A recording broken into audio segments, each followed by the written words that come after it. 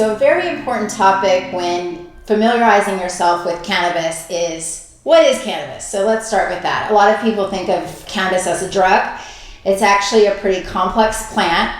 It contains over 500 compounds. Most people don't realize that. So those compounds break down into 3 areas. The first are called the cannabinoids, and those are the molecules essentially that interact with your endocannabinoid system, and we'll talk about that in a little bit. The second category are terpenes, and terpenes are found in a lot of natural plant products.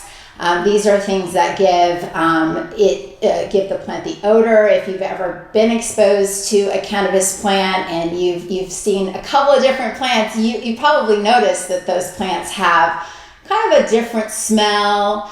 That's associated with the terpenes. And then the last category is the flavonoids. And the flavonoids are the components of the plant that are going to provide different types of aroma and different flavors related to cannabis.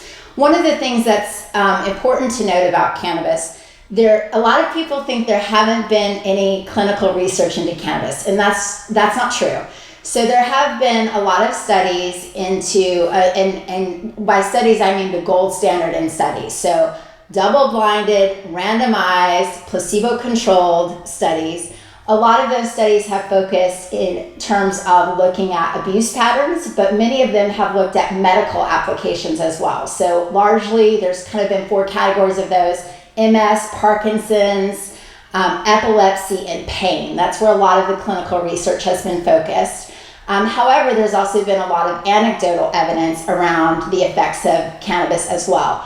The 2 most commonly studied cannabinoids have been THC, so you hear a lot about that. That's the cannabinoid that has more of the psychoactive effect, the feeling that's going to get people high, especially in the high doses. That's going to provide that intoxicating effect. The other cannabinoid that's been studied quite a bit is CBD, but there's a whole host of other cannabinoids. CBD is very popular. It's in the media now because it's been something that's been shown to not have psychoactive properties. I don't really like that terminology. I like the terminology of intoxicating versus not intoxicating, because once you learn about the endocannabinoid system, you're going to realize that even CBD is interacting with your body and kind of changing that biochemistry. So it's really not accurate to say psychoactive. It's more accurate to say intoxicating.